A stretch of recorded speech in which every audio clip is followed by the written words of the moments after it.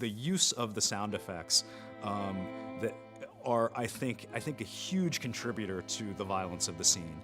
The stabbing sounds in particular. How do you come up with the sound of what happens when a butcher knife strikes flesh?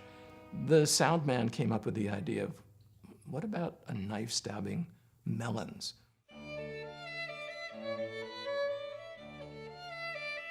So, knowing Hitchcock, you would have to bring lots of melons and arrange them on a big table. There'd be Crenshaw melons and all, any kind of melon that you can imagine of very, very different sizes. So I think they had about 24 and some backups. So there's the prop man stabbing melon, melon, melon, melon, next melon, melon, melon.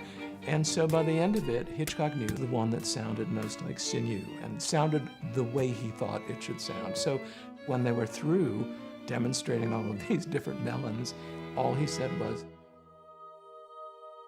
"Casaba." That's all they needed to know.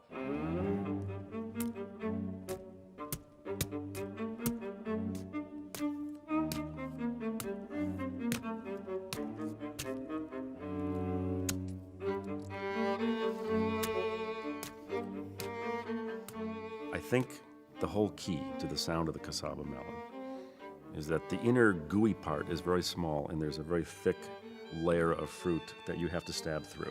It's very dense. It's Dense? not hollow, like a lot of the other melons sounded a little bit hollow. And I'm sure with his eyes closed, Hitchcock was probably hearing that. To my ear, Casaba melon sounds more like dry, bony stabbing as opposed to wet, gooey stabbing. The starchiness and the thickness probably gives you more of that viscera, the crunchiness, or the Viscera. viscera. Hitchcock also had them bring a sirloin, a really big thing of sirloin. I don't eat meat, and so I'm nearly nauseous telling you this, but in any case, Hitchcock thought that would be a really great idea. And they did, in fact, stab a big, big, big slab of steak. And so that sound is interspersed with melon.